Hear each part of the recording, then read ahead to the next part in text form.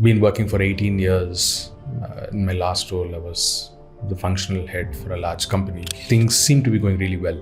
The trigger point for me to take this decision, a school principal for my daughter asked me a question about in the last 1 year, what were the major influences and what her interests were. And I realized I couldn't answer that with honesty. Got me thinking about I might not know my daughter as much as I thought I did. And it is not a good feeling because you pride yourself on being an available father, providing well. And then suddenly you realize, listen, something is off. You might not be the person you thought you were. We give less credit to our kids saying that they're kiddish. They're far more perceptive than we are. My younger one, again, with no filters, she walked up to me 3 months ago and said, you have a beautiful smile. I was like, why would you say that of all points of time now?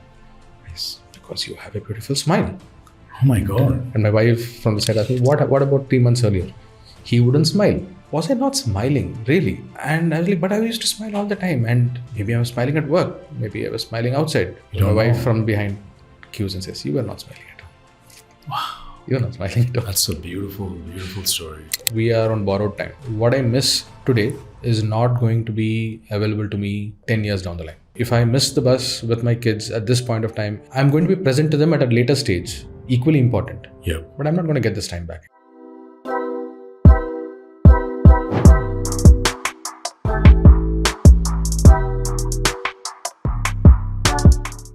Hi Vijay, morning. Good morning. So Welcome to DadSense. Thank you for having me here. Good to have you here. I know we've been talking for the last several weeks. And first of all, I really appreciate you wanting to come on and looking forward to our conversation. Same here. Like I told you before this conversation, it's taken me a bit to lose my inhibition and appear on any kind of conversation for that matter. So I'm glad to be here. Yeah, no, absolutely. I think, that's one of the reasons why we do this, to have a very, very sort of freewheeling, authentic conversations with fellow dads. And hopefully we'll have some fun and learn something new about each other. Let's try. Yeah. Good stuff. So why don't we go to your beginnings, I guess, in Chennai, yeah? Yes. I grew up in Chennai, yes. So take us through to your childhood. What are you doing in Chennai? How's home life? What are dad and mom doing? We'll start there and kind of, find our way through your life. So very, very typical South Indian family, a very small nuclear unit, parents, a grandmother and two of us, two boys. We grew up together in a very, very small 500 square feet, lower middle class home. And that's where we came from. Parents, extremely self-made, first generation graduates, both of them government servants. Wow. And very clearly education was the only way out for them, and that was instilled very clearly into us. So for them, it was all about what can we provide to their kids. Their world very quickly shifted from what can we do for ourselves to what can we do for our kids. Yeah. And that was very clearly visible in how we saw things, how we saw education, how we saw what we were provided for. So you said first generation graduates. What did their parents do? My paternal side grandparents were farmers. Fascinating. My maternal side grandparents used to run a small coffee shop in Madurai. Wow. So it's incredible. Very, very humble beginnings. Yeah. In fact, my maternal side grandparents were actually refugees from Burma who came during the World War II. So wow. Yeah. So they were not Tamil? They were Tamil. Incidentally, Burma has a very strong Tamil population. I thought as much. Yeah, I heard that. Yeah. But they lost all their wealth, family, everything during the World War II. Came back to their roots in Tamil Nadu, in Madurai, in fact. Yeah. And started from scratch and made beautiful incredible. kids, set up a family, instilled values. And are your grandparents around? No, none of them are. Okay. Yeah. But how did they think about how you guys have ended up? I'm pretty sure they saw a little bit of you, where you are. And yeah. So my grandparents were very clear about education as the only way out of the world they lived in. Yeah. And that was very clear. And they were very happy to see the next generation, which is us, take that forward. Yeah. So my paternal grandmother was with us, used to live with us, and her influence was very strong on my life, both on what should be done, what should not be done. It was also a window into a world which we probably do not have today. Yeah. Of how patriarchy works, how she was a young widow. She lost her Your husband, maternal, my paternal maternal grandmother. grandmother. She lost her husband when my father was about 2-3 months old. So she was a single mother raising. So how did patriarchy work 60, 70 years ago? It's a window which I would have never got through books or anything else for that matter. It was first-hand shared experiences, how she transferred all her attention onto us, the grandchildren. I mean, raising as a widow single mom, raising children 60 years back, I can't imagine. Stigma. Yeah. Lots of stigma. What is more important, survival or education, or choosing a larger cause for yourself? Those were very difficult decisions which we take for granted today, which weren't there at that point of time for them as a choice. So it was a struggle for them, and I'm glad to have had a window to actually experience it firsthand from them. So yeah, that's quite inspiring. I mean, as I hear the story, I'm sure we all have these inspiring stories in our lives. We do, right? Yeah. We just don't appreciate it. You know, we appreciate it. Go on to appreciate it more and more as we grow older, right? Oh, much older. Yeah. In fact, I believe it's also because as our empathy factor grows as you grow older. True. You're able to appreciate certain things in life. You're able to even realize what certain things meant to our parents, our grandparents, as we grow older and we enter their life stage. True, very true. Which is probably what is happening to all of us. Right. That's true. Yeah. That's right. That's exactly right. So what were some of the influences that your dad and mom had? Speaking of appreciating at a later stage, as you were growing up, as you reflect upon it now? I think my mom's influence on us as children was very strong. Dad was a typical 70s, 80s father who was predominantly focused on providing. Yeah. But my mom was an independent woman in her own right. She was a multiple master's degree holder at that point of time. Probably if conditions had been right, she would have been pursuing her PhD in econometrics, which I still can't fathom what it means or what they do. Wow. Yeah. But being an independent woman working for the government of India, probably giving up certain dreams of hers because of how the marital situation was. Yep.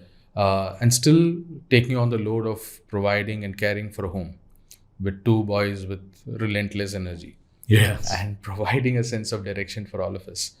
I think we've imbibed a lot of her characteristics, the patience, the calmness, the practicality, the pragmatism with which she approaches certain problems, her nature of intrinsic forgiveness to embrace people for their flaws and not really punish people for what they've done. I think how did you see that? Like, can you share some? It's a typical family unit, right? Yeah. There are issues, there are problems. You might not gel well with certain relatives of yours. Sure. There are issues with your grandparents, with your in-laws. There is a certain altercation which happens within the unit. But how do you let go? Even if within the husband and wife relationship, if there is a problem, who takes the first step of reconciliation? I've seen my mom take it. Yeah. And these are certain things which we've imbibed as kids, me and my brother. Yeah. I think we now realize it after being married ourselves. But I think subconscious influences in our minds back then. Of course, yeah. I mean, I can relate to it. I've been shaped massively by my mom, then my dad. Similar stories, empathy, forgiveness, unconditional love, seeing things for larger than what your just family is and so forth. Yeah, I can relate to that. But in that sense, my dad put a sense of achievement and ambition into us. Right. Which was also equally important as you go through life, right? And very clearly for him was, I'm a teacher, I'm a principal of a school, but how much higher can you aim? Was he a principal of? He eventually became a principal of a government school. And for him, his professional achievements, the way he used to speak about and the pride which he used to take was phenomenally inspiring for us on what kind of an influence can a single individual have. He was a principal of a government school, and you know how government schools are in India. Right. But how can you induce a sense of identity amongst the government school children? And pride. Yeah. And see how much more you can push the anvil for the government school in terms of education, providing. And when you see those kids performing well, there's a sense of pride when those kids come back and talk to my father and he says, listen, the results of my school have increased from 50% to 80%. That's something. That's incredible. Yeah. So, and that sort of professional achievement for him with a sense of social upliftment, which he's providing to a large group of kids who were not very dissimilar to my own age group at that point of time. Yeah. We're all influences as we grew up. Did you go to the same school as where your dad taught? No, the dichotomy exists. Got it. No, I can relate to that. Again, I come from a small town in Orissa, and I went to the government school all the way till 10th. And everything hinges upon the leader of the school, which is the principal, right? He sets the tone, he or she. And I went back to my town, Titlagar, and I met a new principal after ages. And suddenly I see like a huge sense of pride and inspiration, similar, tones that you talked about. And the school's transformed. Absolutely. I mean, he's put a computer center. I mean, he's done fabulous things to the school. The influence one person can have on thousands of kids. Yeah, it's incredible. It's got it. Oh, I mean, you're lucky to have got these different influences from your dad and mom. I am. Yeah, we all count our blessings, as we said, as we grow older. Of course, then you went on to do your grad and post-grad and went into the corporate world, be a leader in Star. In your last assignment, of course, you saw a lot of success as a professional, right? And then talk to me about you being a parent, you being parent for the first time, you and your wife. What were some of your early experiences as a father? Realizations, thoughts as you were sort of walking into fatherhood? So we had our first daughter in 2012. Amuda was born in 2012, and I think we had her quite early by today's standards. I was 29, and I don't think we were completely prepared for parenthood per se. If hindsight is always 20/20, if I was to redo the entire parenting journey, I would do it very differently at this point. Of course, we all would. Yeah. Influences back then were very different. But parenthood came as a full-fledged curveball to us. We weren't sure exactly if we were parenting right. Do you guys have support, or you just two of you started? Our parents did support us on and off, but it was mostly the two of us. Right. So it was our influence which is going to be transferred to our daughter. Right. And so on. But it was a curveball. We weren't prepared at all. So we were pretty much discovering things on the go. Unfortunately, the elder one became the point of all experimentation. Right. But that's okay. I think she's turned out all right. So I'm assuming we've done something right along the way. Right. And what was your experience particularly? I mean, did you see... in talking to a lot of dads, obviously every dad has their own story, but we dads find ourselves sort of this, reluctantly introduced to this world of parenting. I'm not, it might sound like a sweeping generalization, but at least in my own small data set, moms have embraced to the role of parenting a little bit more naturally than dads. If you were to take that as a sort of a given, what was how was your entry into fatherhood compared to contrasting that with Navdeep? The hypothesis isn't incorrect. Okay, I think that's good. At least in my opinion, it isn't. Right. We're dealing with centuries of conditioning. Right. And generations of conditioning where we're taught that the primary caregiver for a newborn or a child when you start your parenting journey is the mother. And at multiple stages, multiple structures which surround us reinforce that. Whether it be workplaces, whether it be political structures or policy structures. Sure. Multiple of it reinforce the fact that the mother is a primary caregiver at home and the father is the financial provider. Right. For me, at that point of time, it wasn't very different either. In fact, about 6 to 7 months after having our first kid, Navdeep decided to take a break from work. Got it. And it was a far more organic decision, purely directed towards the well-being of the kid. Focusing on Amuda, yeah. Yes. Yeah. And funnily, I realize now, after 12 years, how easy the decision was for her, and how the clarity which was present at that point of time. It took me 12 years to get here. So Yeah, we'll get there. But yeah, you're setting it up. Absolutely. yeah. So for me, at that point of time, parenting was more about providing and ensuring that I feel it was misplaced at that point of time in terms of financial providing largely. Yes, I did. I think today we are in a far better space in terms of understanding how we should be present to the needs of the child, the mother, how we should be equal partners and so on. But I think the gap still exists. Yeah, in fact, did there was I've been studying a lot about fatherhood and the historical anthropological, context of fatherhood, to the point that, people would wonder what role does a father have back, like, let's say thousands of years back, because the mom's giving birth, mom's doing all the, raising. What would the child miss if there was no dad? Right, because in the animal kingdom, actually a lot of fathers go away. Right? Yeah. So what is unique about human fatherhood that is adding unique value to the children? And actually, there's a lot of science is coming up on what that is, and we'll talk about that. But so your point of all of us not realizing what unique role we have is a very valid one. No, I didn't realize at that point of time, for sure. And I think in retrospect, when I think back to it, it was more to make whatever little work I did, maybe it did benefit the child and the mother, for sure. Right. But the role I did was more directed towards myself.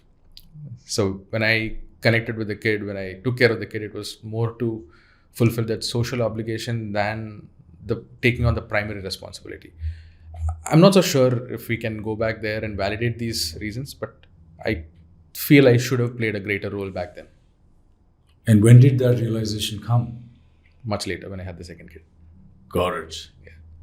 So what were some of your learnings along the way, which sort of awakened you to the fact that, wow, there is an opportunity for me to play a bigger role, both partially driven by your own interests, and because we as dads also start to connect, emotionally get connected with our children, and that organically leads to something, right? Yes. But tell me more about that learning journey. It's not a very linear direction to get where we are, and Fair. Different things work for different people. For me, the realization is not overnight where a switch is turned on. Right. It's over a period of time where you realize there's something more which I'm missing. And that realization struck much later in various degrees. Mm-hmm. But I started realizing when I had the second kid that maybe there should be something more which we should do. At the end of it, who we are as people and our sense of identity is defined by the set of all things we do. I realized at a very much later stage, that my sense of identity was predominantly defined by what I did at work. What you did at work. What I did at work. Yep. If somebody was to ask, what do you do? I would not lead with, I'm a a parent father. of 2 kids. Right. Or I'm a husband to a beautiful wife. Yeah. No, I would say I work at so-and-so place. I lead the team of so many people. Right. And that's a very important part of identity as well, because True. My entire life I've been trained professionally to perform a certain role which led up to those elements, which is fine. But is that the whole sum of my identity is a question which I realized with age, with exposure, with meeting people who were doing a much better job than I was with respect to raising their kid. And then realizing there was some things which I wasn't completely present to. And that realization came when I had the second kid, and I saw the dynamic between the first kid and the second kid, and the responsibility on my wife going up, but not as much on me, which meant something must be off. Yeah. I need to be present more. I need to be aware of something which I'm doing incorrectly. Was it sort of yourself, like that aha moment was from inside? It is driven by self, of course. Yeah. It has to finally culminate with the self. But it was driven by my wife. It was driven by exposure which I got outside. Yeah. But yeah, it is a culmination of multiple things. But my wife was a huge influence in me realizing that I need to be present more.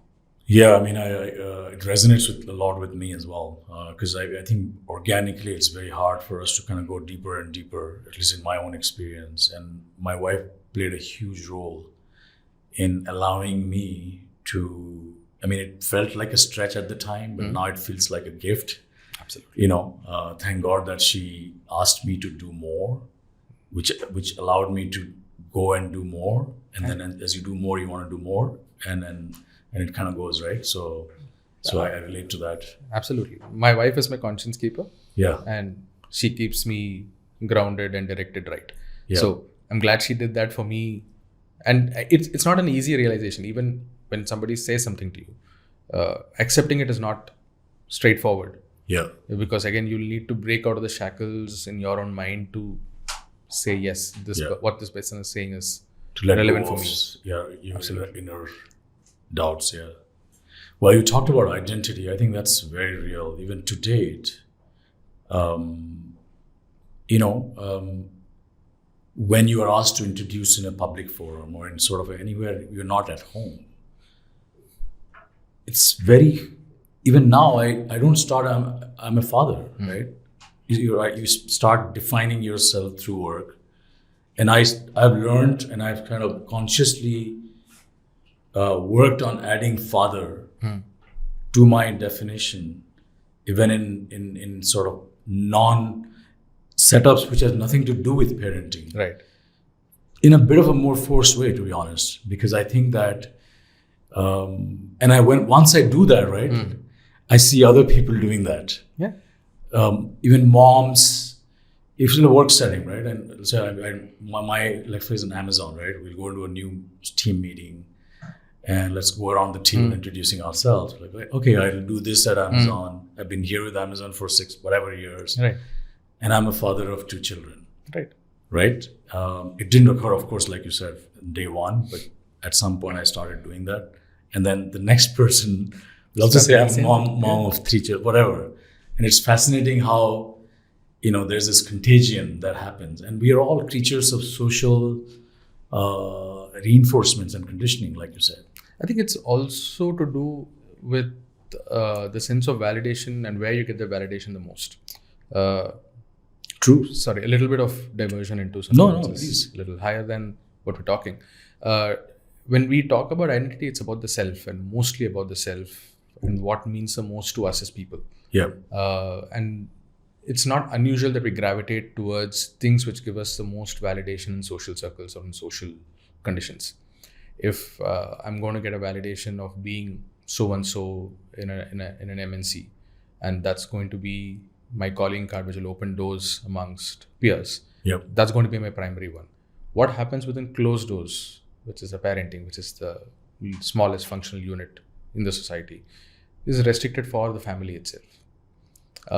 Is that part of my identity? Absolutely. Do I want to keep tom-tomming about it? Or state that as part of the predominant identity of mine? Maybe we've not reached that stage yet, is my belief. Right.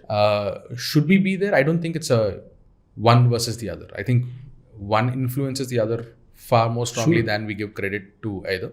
Yep. But I think we'll get there. I think, like you said, it's a contagion of movement once started will percolate.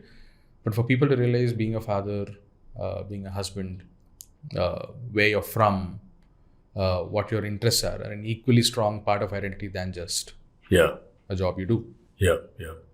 I think I would say COVID has given us this blessing for everyone to be a little bit more open to looking at people through a more holistic lens than just one lens that we were used to. Sure. Right? Yeah. Because you work at home and all of that. So now at least it's a little bit less burden on you to talk about your life.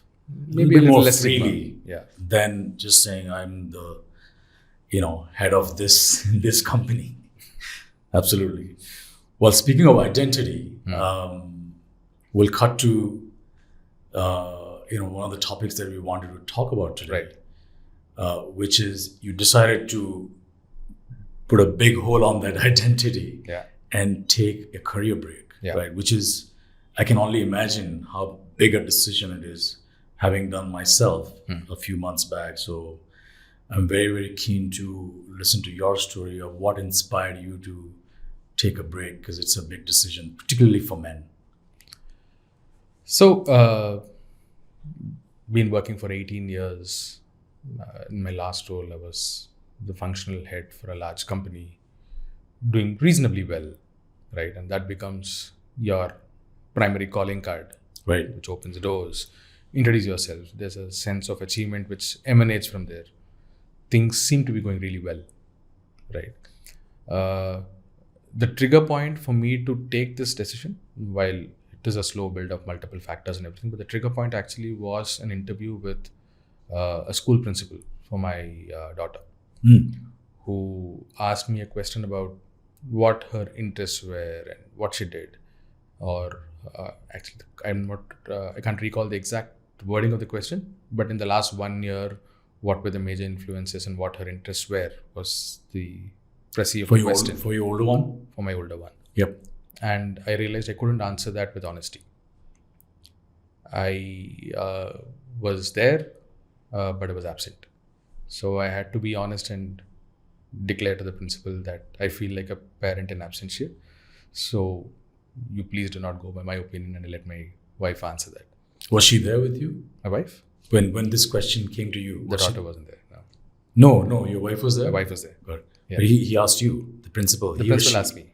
She asked me, yes. She asked you, yeah. Yeah. And in all fairness, the principal was extremely understanding, and she said it's not the first time she's heard this answer either. So that was realizing that more of us who have similar experiences out there. But that was a trigger point for me, that it was not sufficient. And then it got me thinking about, do I want to be completely absent to a significant part of my life? Bringing kids into the world, helping them grow, providing for them is not just a left brain thought. It's equally being involved and knowing them intimately as well. Right. Which I believed I was not doing a sufficient job of. Once a seed is planted in your mind, it starts growing and it starts affecting everything else. Right. So I also realized the fulfillment that I was realizing at work, I was getting out of work, was also diminishing. And I realized that had to do with me not having a fulfilled part of myself back at home. Got it. And I'm curious to dig into that a little bit, right? Because I strongly believe in this aspect that one feeds the other. Absolutely. Right? I've had many phases where I've just kind of completely go crazy at work, and something would be just kind of just bothering me inside when I go home and all that. You can do this for some time, but then it catches up on you. Like if you're not emotionally feeding yourself. Correct. Because you're going back home. You're not like going into a room and just not meeting anybody. Actually, it was a door which opened. The realization that I was not present for my daughters was only one part of it. I also realized me not working on myself, me not being available for myself was an even bigger factor. And so the daughter part was the trigger opening point. Yes. But then it went to... Absolutely. Right. I don't believe I worked on myself sufficiently in the last couple of years of my career. I was doing what was required at work. But was I doing enough for myself? Was I focusing on myself? Was I improving my health, my mind, focusing on things I liked? Because each of these is going to feed into the other. Right. There's this self and this is something I believe in, and I've given this spiel to my daughters, my family. I think we all work in concentric circles. Our life first revolves around yourself, and then it revolves around the next functional unit, which is your family, then your extended family, then your social life, then your work, and so on. Right. It keeps expanding. Yeah, the circle keeps expanding. Yeah. And if the core of the circle, which is you, is not fulfilled completely, I think everything else, there's a cascading effect which follows, is something I believe in. And that's something I realized, that the core was not completely fulfilled. I was not completely fulfilled. How long ago was this? Just this a year and a half back. Yeah. And you start thinking about it, right? Did you talk to Navdeep that, hey, yes. what did you do after that meeting? after that meeting, I had to go, and it was a very vulnerable moment, because I always thought I was a very good father. Right. And I had to declare that probably I'm not. I might not know my daughter as much as I thought I did. And it is not a good feeling, because you pride yourself on being an available father, providing well. And then suddenly you realize, listen, something is off. You might not be the person you thought you were. Oh, that's a real vulnerable moment. It is. Thanks for sharing. I can totally feel that. Yeah. I think the journey starts there, right? The journey started there. Yes. And from there, it was a moment. I mean, it is not instant again. It's never a flip of a switch. No, nothing is. Yeah. From there, then you start questioning things you do. And trust me, it's nothing to do about the work stress or the amount of work you pick up. It's about what you are willing to do. I think if I had gone back to work and said, listen, I need this kind of space to encapsulate the rest of my world as well, I'm sure today's firms are more than understanding to accommodate that. But I think it is the sense of insecurity which comes from what can I do at work, what more can I do, how much more can I be present, which encapsulates everything you want to do. Right. And every part of your life. And that realization steps in over a period of time. So it's like, but if I start spending those extra 4 hours over the week in the evening, it's going to take away 4 hours from work. So what am I going to do there? How am I going to make up for that? Yeah. The fact that it's okay to give up those 4 hours at work is not an easy realization to come to. So you talked about, you realize you having to work on yourself. Yes. What was that? What was it that you thought you hadn't worked on? There are things which you grew up with, which you realize you're good at, and certain things which give you peace, which gives you creative stimulation. And then along the journey, you give up on a few of them. To give you an example, I had given up working on my health. Okay. Both physical and mental health? Yes. Got it. So physically, I had was eating unhealthy, eating at weird hours, stopped working out. Obviously, it takes a toll on you. And it was different from how you I was. been? Yes. Interesting. There's always a yo-yo. Sure. Most of us go through that. Yeah. At different phases of peak physical health. And peaks and troughs, yeah. that happens. But I don't think I've been worse off health-wise as much as I was in the last couple of years. And that was a realization. I blamed it on age for the longest time because it was the easiest cop-out. Yeah. And I realized that's not something I was okay with. There are other things which I used to enjoy and I had given up. I hadn't read a book of consequence in the last few months. I had stopped writing, which I used to enjoy a lot. And there's a lot of content consumption of a certain kind which I used to do, which was absent again. Documentaries and everything. It was all encapsulated by work, what was required for work. So it was work. kind of a sort of a slippery slope you went down. Yeah. Right. And then you realize, listen, I used to enjoy this about a decade ago. When I was in college, I used to write. When we were, my wife were together, we used to watch so many of these interesting things which I'm not doing anymore. And then that feeds to the sense of self and saying, listen, what have I missed? What else have I missed? Because whatever professional success I've faced is because of who I am. Right. And when I stop working on who I am, I'm pretty sure it's only going to be a matter of time before that gets shown up. Right. And that's a difficult mirror to look into. It's such an important point because, we feel that somehow we are doing other things that will somehow compensating, or we're in denial, Yes. right? And it's a diminishing circle, right? Correct. And it'll catch up on you if you don't do anything about it.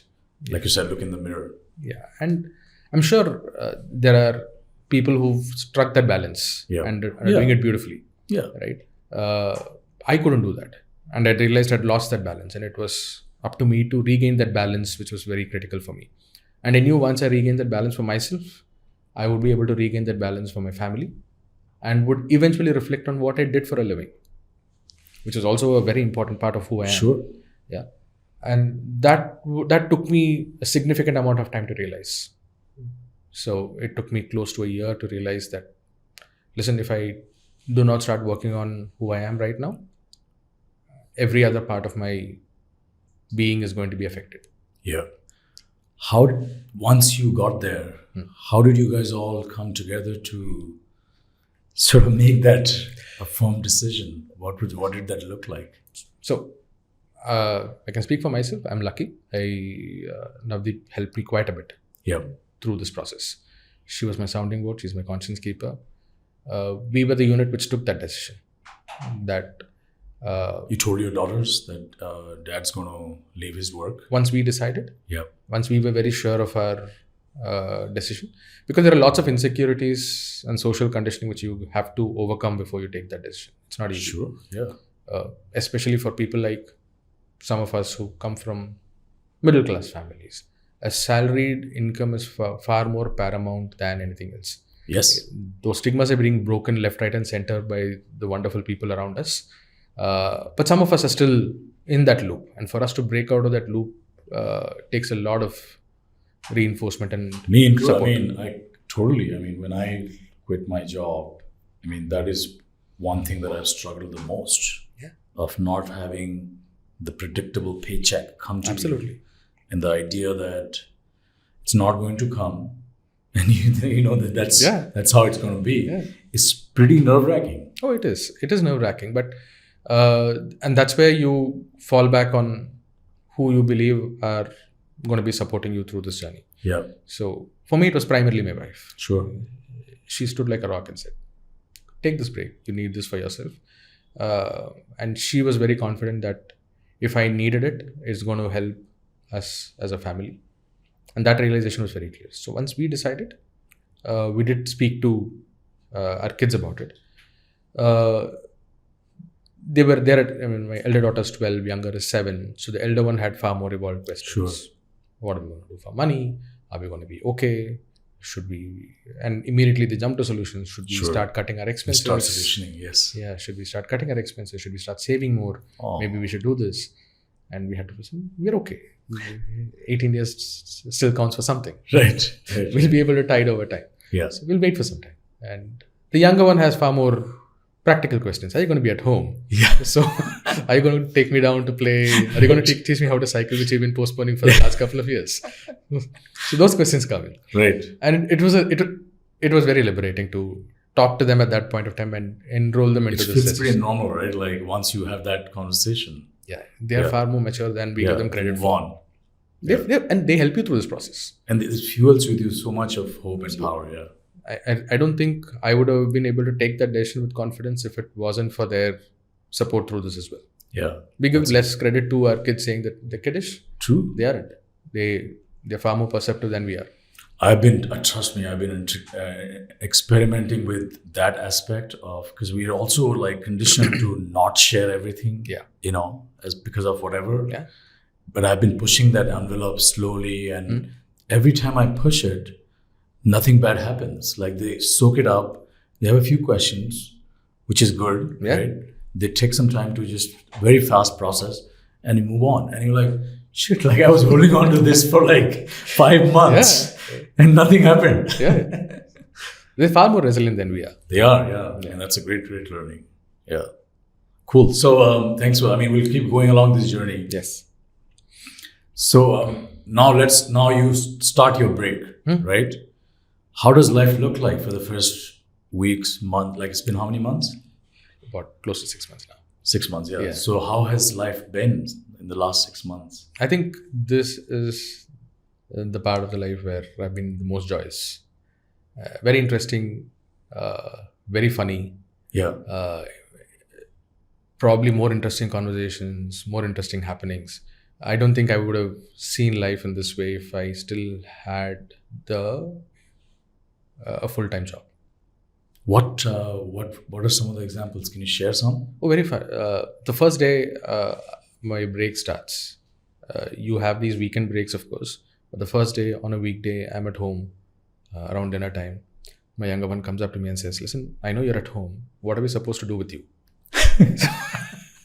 So you're at home. Are we supposed to sit down and have dinner? Are we supposed to talk to you? And this is an uninhibited question coming from a person who's not used to seeing me around. Right. I'm there. You can do whatever you want. So actually figuring out you fitting into their lives is a big part of taking a break. For me, I had to typically their lives, especially if you are the primary financial provider. Yeah. It is so designed, and in retrospect, it should not be like that. Their lives are designed around yours. Who gets to leave home first? Who gets to pick up the kids from school? Who gets to come early in the afternoon and help the kid prepare for the exam? It shouldn't be that way. Right. But it so happens that I had a pass out of all of those things. Now to say that I'm going to fit into your life. You could get away without doing most of those. Right. Or taking the easy way out. Yeah. Doing it on Zoom. It's not a sufficient replacement for what you have to do. But to come back and fit into their lives. Because listen, this is what we do in the evening. I come back home at 4 o'clock and 4 to 6, this is what we do. But what are you going to do around that time? Are you going to be with us? Are you not going to be with us? So it's a beautiful journey. And it's multiple points where you realize what their lives look like. And in the process, also realize, listen, you could have done a better job, but that's okay. You start somewhere. That's right. Yeah. Better late than never. Yeah. So the last 6 months have been brilliant in terms of being there for them. Lots of positives coming out of it. And in the process, having the time to look inward and say, this is what makes me the happiest. And multiple things. What has made you the happiest? The pause. And within the pause, what has really... I'll explain what the pause is. You mean the pause in the context of the break? Okay, got it. No, the break itself is not the pause. Right. We never stop. Right. Life goes on. I confused, yeah. But there are multiple pauses in between. Okay. It's a very poignant moment in the movie Forrest Gump. I don't know if you've seen the movie, of course. Yeah, I've seen. Yeah, I mean, I don't remember. Right at the end, Forrest Gump drops the kids off to school and sits down on a bench. And there's a pause. Correct. There's a pause. I experienced that pause firsthand. I drop my kids off to their classes. They learn music. And there's a pause. I'm waiting outside the class, looking through the window, seeing what they do. There's a pause in my life. Everybody leaves my kids leave for school. My wife leaves for her studio. Work. Yeah. The house is empty at 9:30. And there's a half an hour pause. The silence, it's me and my dog. And those pauses are probably what I realized were missing from my life. It's a time for introspection. It's a time for looking inward. It's a time for silence and fulfillment. So those were very beautiful. And some of it's not like I crave alone time. We're alone. Right. Enough times. But are we in the pause? Are we genuinely at peace? Is a question we ask ourselves. And I ask myself rather. And I discovered those pauses at multiple points of time. And once that starts, for me, it reflected in multiple ways. My younger one, again, with no filters, the youngest ones are the ones with no filters at all. She walked up to me 3 months ago and said, "You have a beautiful smile." And I was like, wow, that's weird. Why would you say that of all points of time now? It's because you have a beautiful smile. Oh my God. And my wife from the side asked me, what about 3 months earlier? He wouldn't smile. That's incredible. And these are insights which hit you on your head. And you said, was I not smiling? Really? Had I stopped smiling? Yeah. And I was like, but I used to smile all the time. And maybe I was smiling at work. Maybe I was smiling outside. Was I smiling at home? My wife from behind cues and says, you were not smiling at home. Wow. You were not smiling at home. That's a beautiful, beautiful story. So these are things you realize. And then you suddenly realize you're there now. You're smiling again. Life I'll tell you, it's funny. Like I can relate so much to it. Maybe because we are in this sort of parallel journeys. And I actually was a little bit more proactive in poking into this. Mm-hmm. This happened to you organically, but I take kids to bed for bedtime every second night. Like we alternate between me and my wife. And, usually we'll have some really like intimate sort of personal conversations. And one night I was asking them, hey, daddy's been home for the last 3 months. Have you seen any change? And my son, the older one, said something, but I mean, it's practical. Like, yeah, you're more home, and I love coming back to you from school. I love seeing you. But my daughter, she said, Daddy, you are happier. Yeah. And that blew me away. And of course, I asked her what, and she would say, like, I can't tell you, but you look happier. Yeah. Yeah. It happens. I relate so much to that. Hammer to your head, hammer to everything you've held as gospel truth. Sorry? Hammer to everything you've held as gospel truth. Yeah. It breaks down. Mm-hmm. Oh, it's beautiful. It is beautiful. Yeah. Yeah. But the last few months have also been a beautiful journey of discovery. I've learned more than what I can from my kids' world than I have earlier in the past. I'm listening to Billie Eilish, listening to Sarah Carpenter. Yeah. Realizing I actually like their music. It's not bad. Yeah, she's really good. I love her as well. I didn't have a window to their world at all until my daughter introduced me to her a couple of months ago. I realized kids reflect and mirror you. So, during the break, I've started reading quite a lot more than I used to. And you realize your kids want to follow that. So, it was very easy for us to... my elder one always used to read, but my younger one, to introduce her to the world of reading was far more easier. Yesterday, she picked up The Caravan and started reading about the smoke pandemic which is enveloping India. I tried saying... And she's how old? She's 7. She's 7. Wow. This is beyond you. You might not understand most of it. Just like, that's okay. You are reading it. I want to read what you're reading. They are mirrors of us. Yes, absolutely. Well, you talked about pause, right?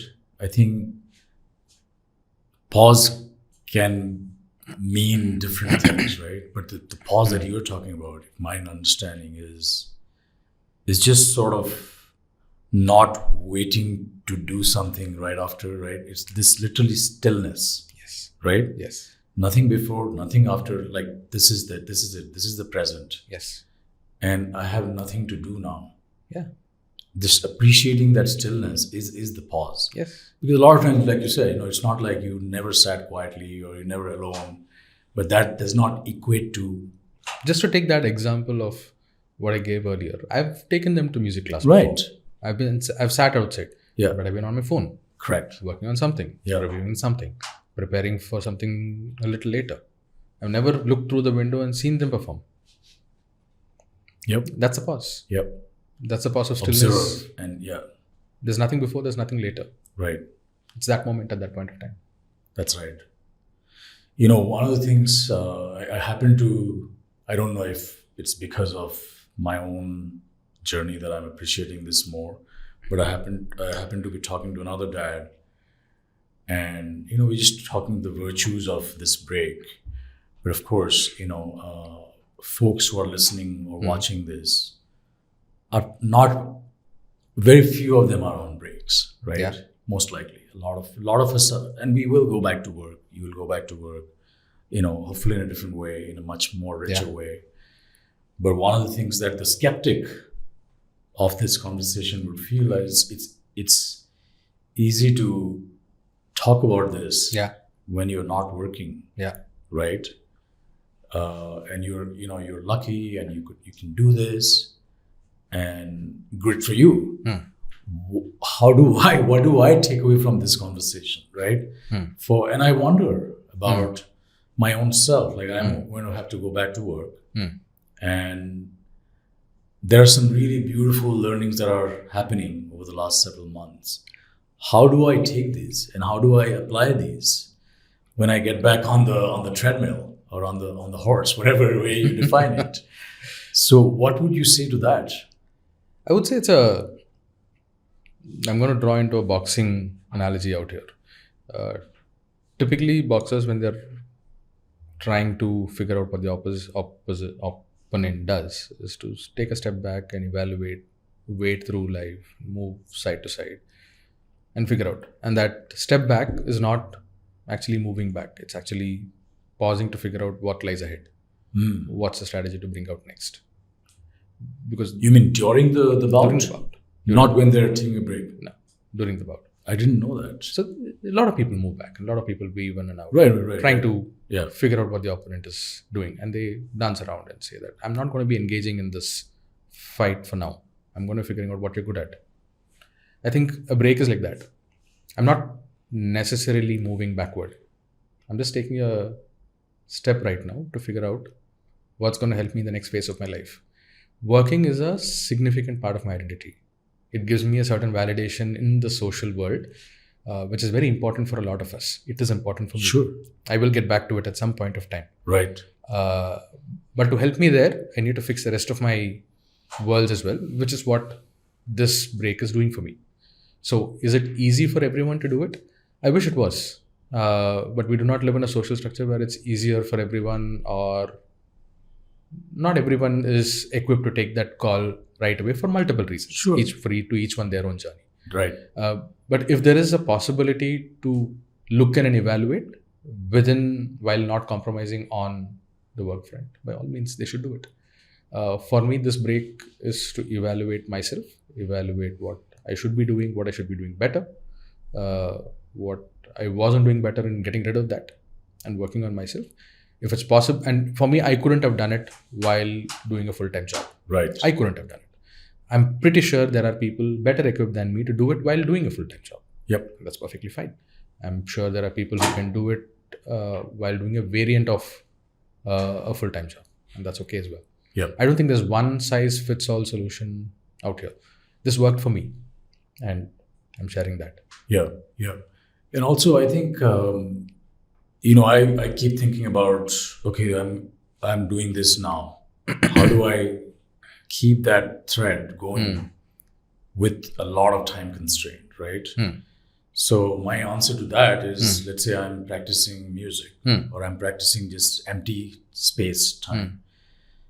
I don't have to pause it. And now that I know what it's like, right, I can figure out a way of inserting that in my schedule, even if I go to the hardest possible job, Yes. right?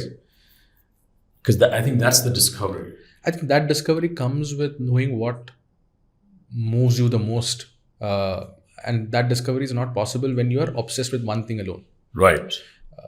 For me, it was work, and I wasn't able to discover what else moved me right or in the right direction. Today, when I go for my workouts in the morning, it invigorates me for the rest of the day. I realized if I'd done that during my workday would have been far more efficient than it was. That's right. That 30 or 40 but 1 hour of investment. Yeah. You feel better. Could have You feel paid more off. confident. It could have paid off. Yeah. I compromised on it. I paid the price for it probably. The half an hour, 1 hour drives which I have with my kids over a week, the time I spend with them consciously talking to them makes me discover their world better than I did earlier. Yeah. Is it possible to create a window for that in our lives? I'm pretty sure there is. Right. Right? It might mean making a few compromises in my workday. That's fine. It helps me discover who I am. It helps me discover who they are. I'm of the firm belief, Subhasis, that we are on borrowed time. We don't have infinite time available to us. That's right. And what I miss today is not going to be available to me 10 years down the line. So if I miss the bus with my kids at this point of time, at the stage of life they are in, I'm going to be present to them at a later stage, equally important. Yeah. But I'm not going to get this time back again. No. Yeah. I'm not going to get the time back with myself at this stage of my life. At a later point, I might work equally hard on myself, be a better version of myself. But the opportunity I have now is not going to be there. Can I strike that balance between what validation I seek from the social circle to the family unit to myself is the pursuit.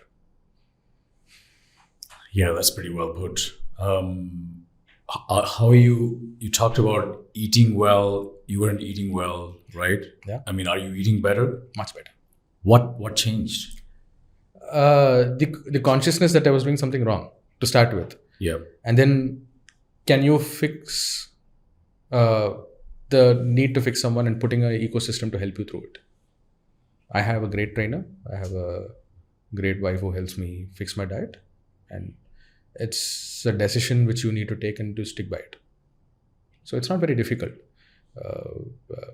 We give too much importance to eating out as a culture and socializing and what comes out with that. It's possible to not compromise on any of that and still feel healthy, eat healthy, live a healthy lifestyle. Yeah. I'm realizing that. And what are the changes you're seeing in your energy level and how you feel physically and emotionally? I'm fitting into clothes I wouldn't fit into for the last 5 years to start with. Does that really happen? Yeah, this is a shirt I got 5 years ago. That's incredible. Yeah. So you lost weight? Yeah, about 15 kilos. No kidding. No.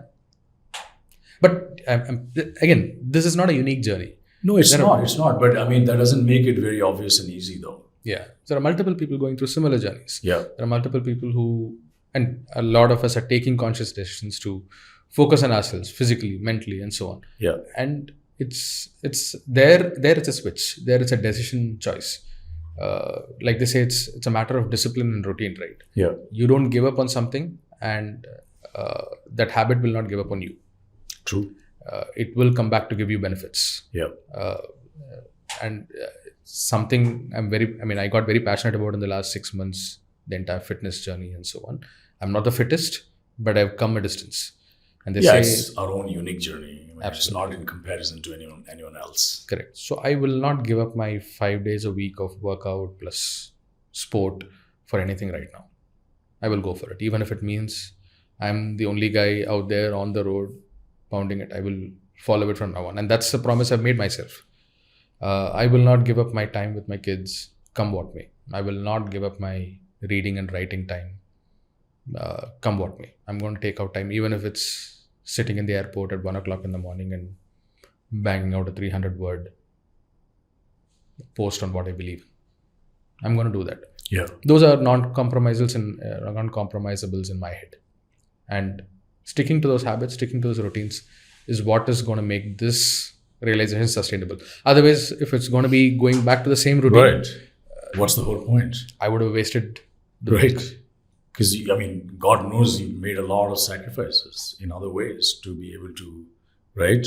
I've gained more than I know. I've let go. Saying, yeah. You want to make some meaning out of it. Absolutely.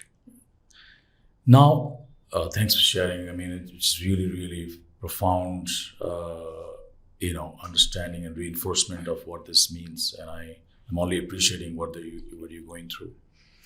Now, how have you experienced other people? How have other people reacted to your choice, your new life?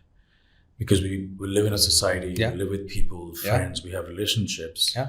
Everything is pretty much the same except you, right? So how has that looked like, and how have you responded to that? So different people react very differently. Yeah. The people who have the most stake in your life react very differently from the social circle. And in exposures which are as sensitive as these is when you realize whose opinion matters the most. Right. My family and my extended family has been super supportive of this.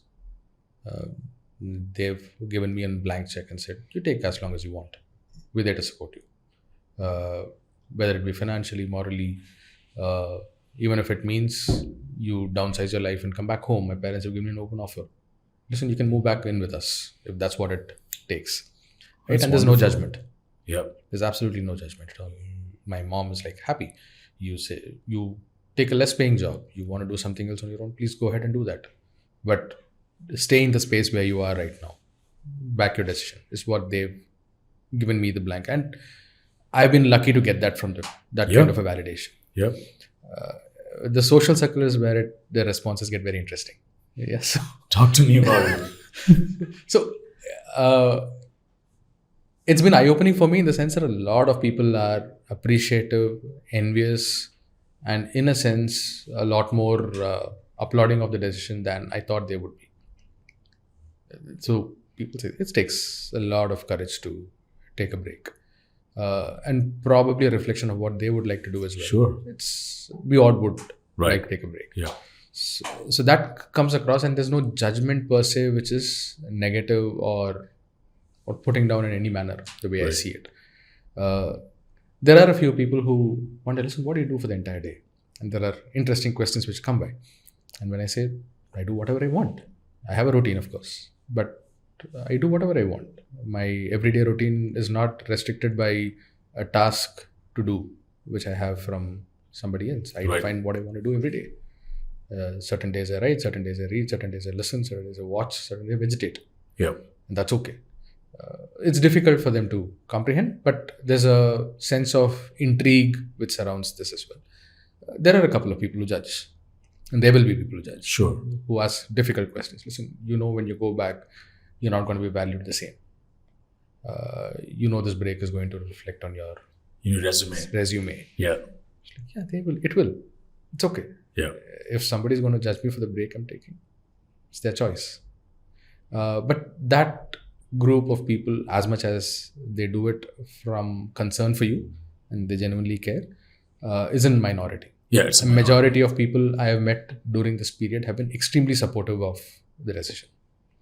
Yeah, that's so refreshing to hear and heartening to hear. And I've had the same experience as well. And I think that's the world's moving towards in the right direction. That's correct. Particularly, again, when we say world, there are multiple worlds in our world, but at least the worlds that we know of, I see the same resonance and more support and encouragement than judgment. Yes. Yeah. And it's a refreshing change for all of us. It is. Yeah, absolutely. In fact, I had more fears of what I am walking into than what I found reflecting back on me. Yes. That was insecurity I had as well. Right. How would the world look at me? Yes. And to see that the world would not judge you for the decision you've taken is actually a relief. And you would never know that there's a theoretical concept of, listen, as long as you're in a job and you decided to take a break, until you actually get into it, you're dealing with theoretical stuff. Once you get into it, you realize people are not judging you, but they're actually appreciative of what you've done or supportive of what you've done. Yeah. It helps. What, if we can just, I don't want this to sound like it's all positive, because nothing is absolute. No. Right? It's always a spectrum. Yeah.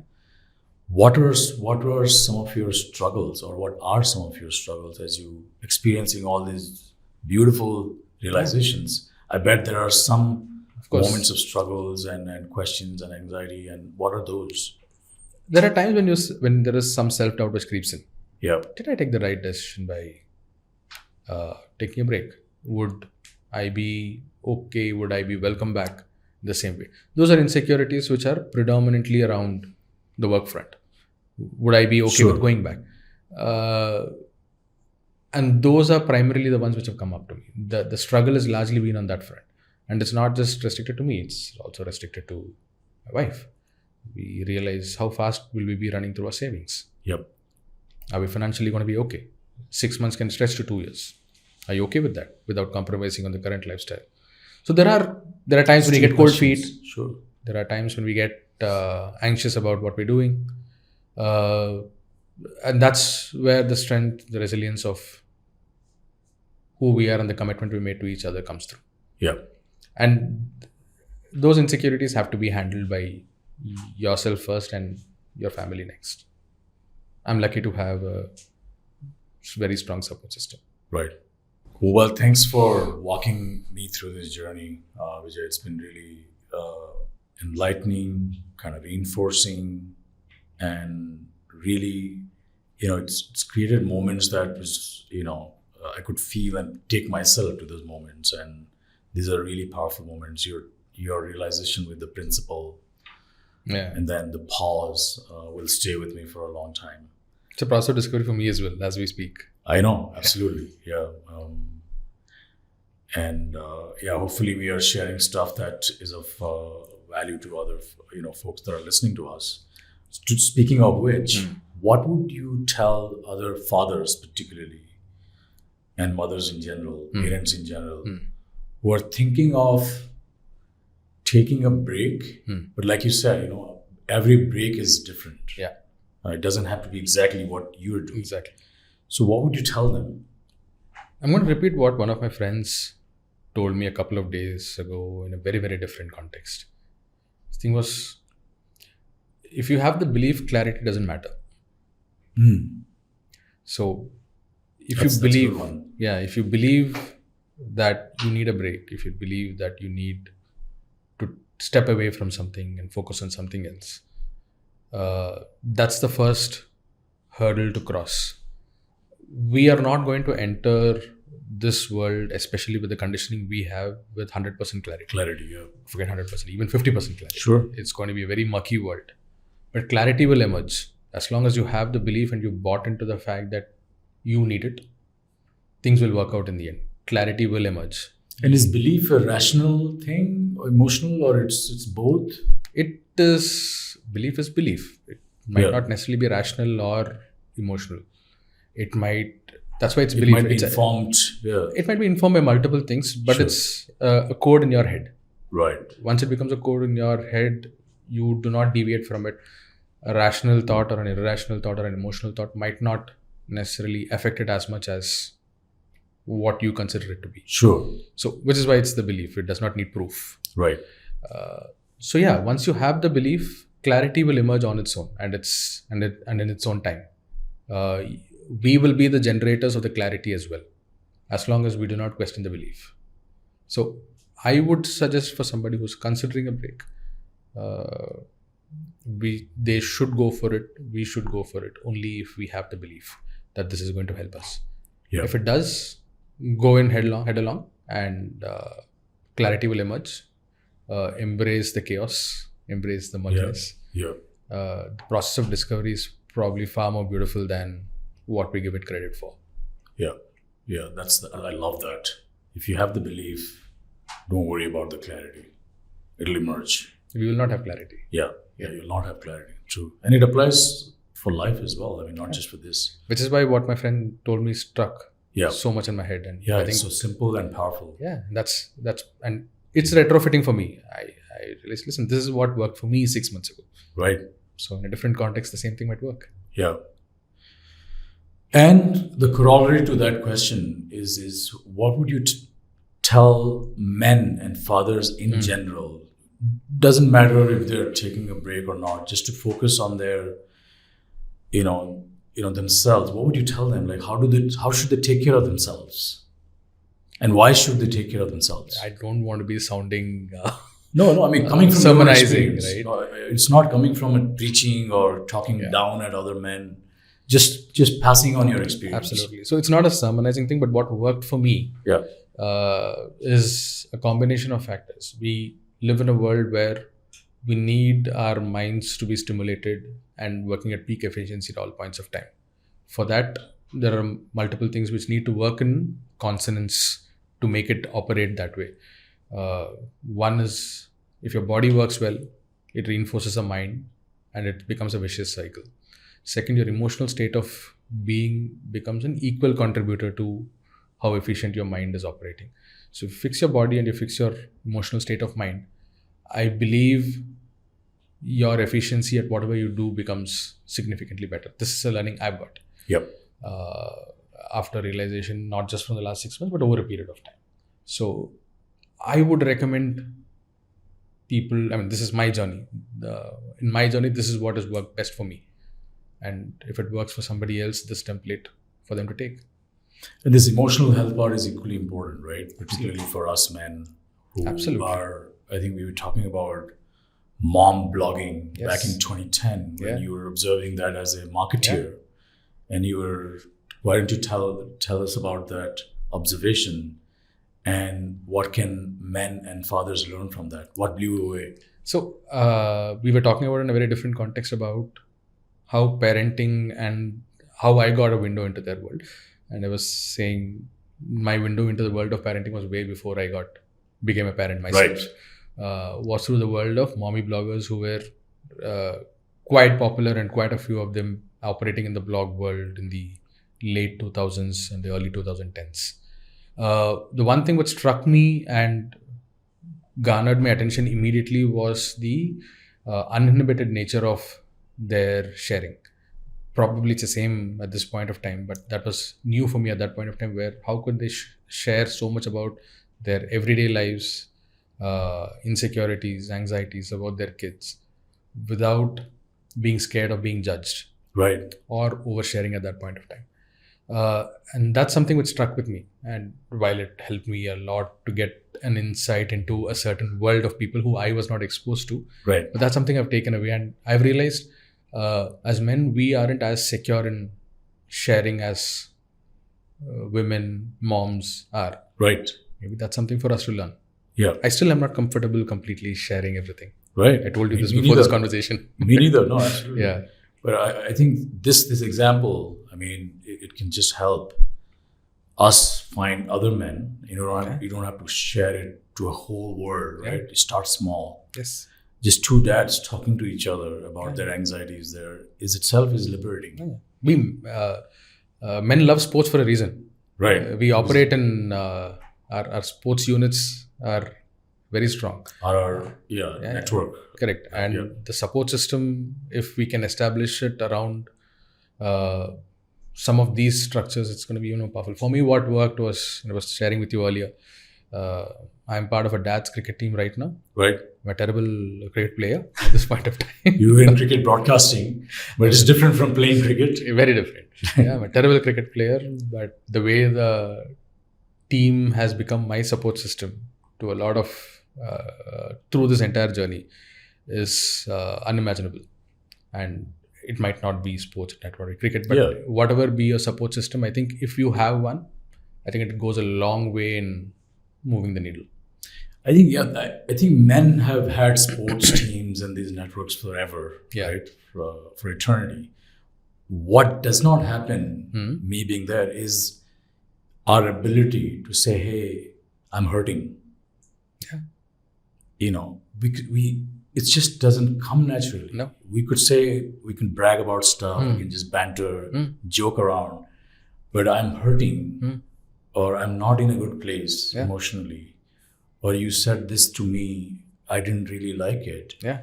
That's the stuff that we are not good at. No, you're not. Right? And I think that's where we can say that it's the same networks, it's my same brothers at the cricket ground. Yeah. If I tell them that I'm hurting, I'm not in a good place today, it's okay. I don't think, again, maybe it feels weird to say that. Yeah, it does. Being a man, but, maybe it'll break some ice. We are, and to do this, we'll be revolting against centuries of conditioning. Correct. Right? What does it mean to be a man? What does it mean to be a father? What does it mean to be the provider? Yeah.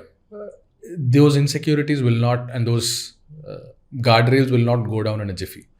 But if you're able to break it down even with a couple of people, I think it will help. Yeah. I have my support system. Right. And where you're able to share stuff. Absolutely. Yeah. My closest friends will know my deepest insecurities at this point of time. And my extended circle of this thing is my support system through some of the commitments I've made to myself. I think establishing those support systems and having your innermost sharing circles is going to be critical. We are never, I realize some of us, or at least in this generation, are not going to be sharing our insecurities out there in the public domain for everybody to comment and consume and support. That's not going to happen. Yeah. But as long as it is not for majority of us. Not for most of us. Right. But as long as you have a core group who's going to be there with you without judgment, I think you should be in a good space. Right. Thank you for that. Because I just wanted to shine a light on that part. Because it's easy to say that I play cricket with a bunch of boys and I'm good, but that doesn't make it good. No, it does not. Right? Cool. Now moving to the future, what are you thinking about your next career choices in terms of taking away learnings from this? How is this going to influence your career choice? So as a broad sort of thoughts, I haven't decided on what my next career choice is going to be. Yeah. I'm still in the phase of figuring it out. But whatever be the choice, like I said earlier in our conversation, there are certain habits which have become non-compromisable for me. There are certain decisions which have become non-compromisable for me. Yeah. Whatever choice I make will have to make space for certain habits I've made for now. So whichever place, whichever group, whichever mode of operation is able to accommodate those is what I will be choosing. I do not know if it's a full-time job. I do not know if it's going to be a part-time job. I do not know if it's going to be no job. But whatever it is, there will be a space for some of these learnings for me in the last 6 months out there. Yeah, so these are the ingredients that you would want to make sure that you never lose them from the mix, no matter what you do. No. So your professional choices will make sure that these are all built into that, right? I now believe that for the next 20 years of my life to be, and it's a stretch. Yeah. It might change 1 year down the line. Sure. I do not know. But for me right now at this point of time, I believe for the next 20 years of my life to be happy and successful, I need these ingredients to be non-compromisable. Right. So I'm going to take them with me wherever I go. Like I said, this is my journey.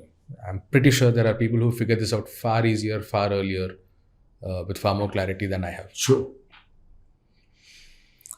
Thank you, Vijay. What would you miss about this period once you go back to work? Nothing. I'm going to take this world with me. Yeah. I'm not going to miss anything at all. That's a good way to put it, actually. Yeah. It's not like you leave this and just... Yeah. So this is a mindset shift, right? I've crossed the line and I've gone so far behind that I can't go back behind the line again. Yeah. Whatever I'm going to do, this world is going to travel with me. The learnings and these irreversible changes which have happened in my own realization and in my head are going to be there. Yeah. Just because tomorrow, let's say, if I take up a job, does not mean that these realizations will not, or the learnings will not travel with me. So, in short, I will not miss anything from this world because I'm not leaving this world behind. Right. Whatever I do, this is going to travel with me. Well, couldn't have put it better. And thank you for coming and sharing your journey, Vijay. I know it takes a lot of courage to share some of the struggles and the journey in this form. So I really appreciate. And this is all in the meaning that someone out there might take a leaf out of this.